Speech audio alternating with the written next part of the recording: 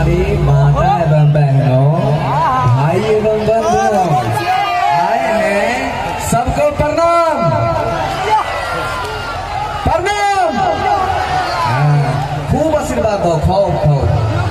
और की कहिया भाई, बड़ा घेरायल भोगलायल हरायल भोगलायल केना केना पहुँच गया आज तो ठीक है, पहुँच तो गलिए। हमरा से पहले तू पहुँचल छो, आज तो तोहर बने छे बोले कि हमें की बोलबो। कोई दिक्कत ना भाई, तनी लेटे बोले तनी मनी और ले, ओकर बाद तोरा के देखे बढ़िया कोडियारी की होलिका दहन मेला में हम अपने भाई बंशीधर चौधरी और बिहार का गौरव मिथिलांचल का हीरो बंशीधर चौधरी का हम स्वागत करते हैं, हार्दिक अभिनंदन करते हैं। आप सब एक बार ताली बजा करके अभिनंदन करें भैया। और हम अपने छोटे भाई जीतू स्टार का हार्दिक अभिनंदन और स्वागत करते हैं।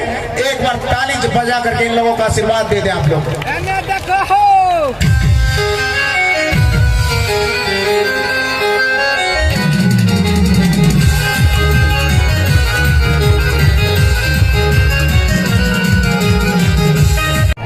हम देख रहे थे आप सब बहुत बवाल कर रहे थे, क्या बात है। अब बवाल नहीं करने का, ठीक है। अब नहीं कर बहुत नहीं कर, शांति से देखो। आओ बोलिए, सुनो बढ़िया बढ़िया गाना। कौन कौन गाना सुनबो सब बोलबो करियो, ठीक है। हाँ जी ठीक है, ठीक है। भाई एगो मर्द कमाए का बाहर से फरमाइशी है भैया, कल का रखी। अरे की कपड़ा लंबा साइज ली हो, मंगल गंछा गाड़ी कपड़ा लंबा साइज ली हो, मंगल गंछा गाड़ी हमारा खातिर किन ली हो दुई नया साड़ी।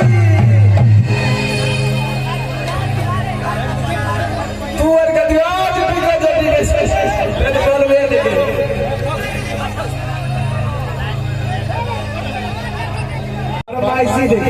अरे बोल, अरे की बाली ली हो, लाली ली हो, सोना करे क्या हमरा खातिर किन ली हो, रंगवा निहार आज टिकट